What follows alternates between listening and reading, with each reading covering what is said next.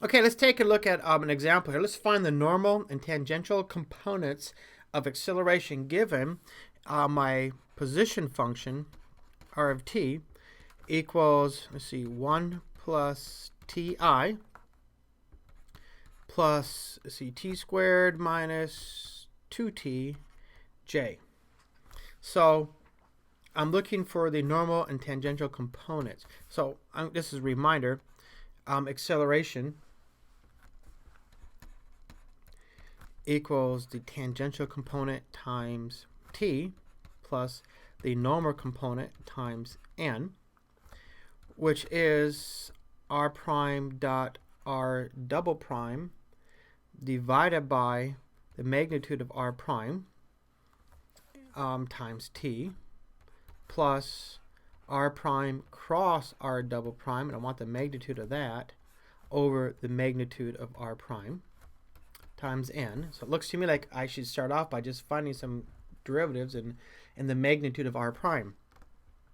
Well, r prime of t is simply going to equal I plus 2t minus 2j, and r double prime of t is simply going to be equal to 2j. So let's see, the dot product r prime dot r double prime equals, I'm going to rewrite this vector as 1 2t minus 2 dot 0 2, which will be equal to 0 4 times t minus 1. It's 2 times 2t minus 2, that's 4t minus 4, factor out the 4, which if I want to I could go back and write it as 4 times t minus 1 j. It depends on which way I'm going to end up using it. One form or the other may be more useful. So that's the dot product. Let's go ahead and find the magnitude. The magnitude of r prime of t equals, see, I'm going to have the square root of 1 squared plus 2t minus 2 squared,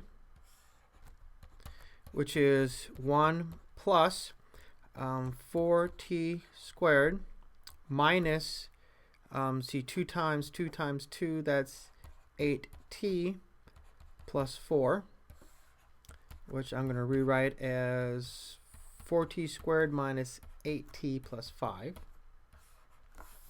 And see, what else do I need? I need the cross product. R prime cross R double prime equals the determinant of, let's see, what was R prime? I need 1 and 2t minus 2 and 0 and 2. So this is obviously just 2. Let's see, what else do we need? That's it. So let's go ahead and take a look at these components. A of t equals 4 times t minus 1 over the square root of 4t squared minus 8t plus 5.